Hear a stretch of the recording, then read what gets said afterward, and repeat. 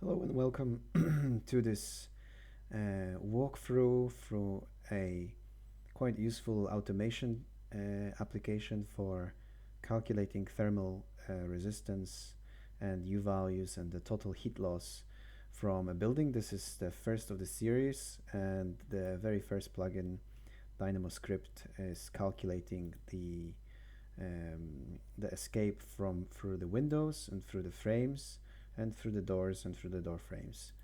So it's fully parametric and it relies on materials and analytical properties. So Revit is providing an entire list of different glazing materials, and of course this information can be appended if you know how to just append the XML file. If not, just let me know in the comments and I'll help you with that. And the frame here, you can also change the material of the frame. So here we've got plastic. As long as it has a thermal property, we read this information, the thermal conductivity. The script reads that property. So we can change that maybe to metal. We also have some conductivity. Of course, if we have a composite material, we can create that material specific for that frame. And then we have the thickness of the frame and some properties of the window. And all of these properties are basically basic properties from a typical fixed family window, but they are all essential to the calculations.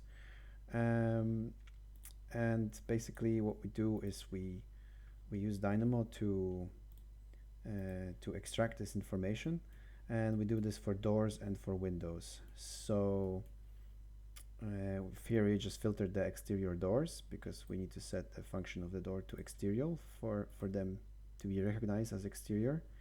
For windows it's a little simpler. I think they're all exterior.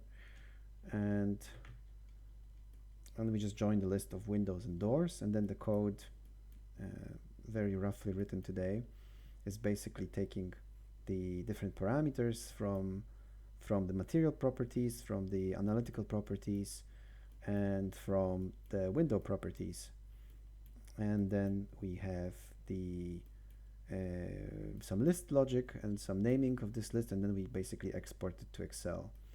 So yes, this could be a big spaghetti, but instead recently we just grown accustomed to making code blocks. It's actually much cleaner to use those code blocks. If you'd like to know more about the script or play around with it yourself, just let me know and I'll make this available to you. So if we just run this script, it's going to spit out an Excel file, and here we can see we've got the family name exported, the family type, the panel of the it's still glass because we did for windows, but of course for doors it's going to be the panel material, and then the frame type, what kind of frame this is. Yes, don't ask me why this is vinyl sheet, it's just there for fun.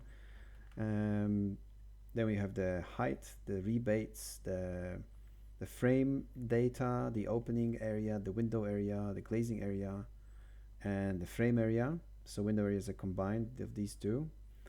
And then we have the area of the rebates, and then we have the thermal resistance, the glazing U value, the thermal conductivity, thermal resistance, U value, heat loss of 3 different components.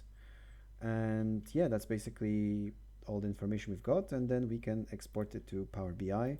And I'm sorry, this is not a very pretty graph and not very informative, because just like I said, we've done this script today. But basically, if you just refresh this data, it will update some of those graphs. So if we basically quickly make a change, in the model, let's say we're just going to, I don't know, delete a bunch of windows and doors, maybe, change the property of that window or just change the type of it, and then we will recalculate the script. It's going to export the new list, and we can just refresh that data, and it changes our data. So to recap, this is a script that basically calculates the thermal heat escape from windows and doors, takes the properties and parameters from the BIM model, and stay tuned. We're going to do more. We're going to do walls, and we're going to do floors and linear cold bridges, basically to get a full one-click thermal escape loss from a building. And then we'll do a couple of tests on a couple of renovation sites where we will improve or change some of the materials and see how they improve and maybe meet regulations or not. And maybe then we'll make a nice dashboard comparing how the previous options were and what will be the future options. So stay tuned for next series, and see you soon.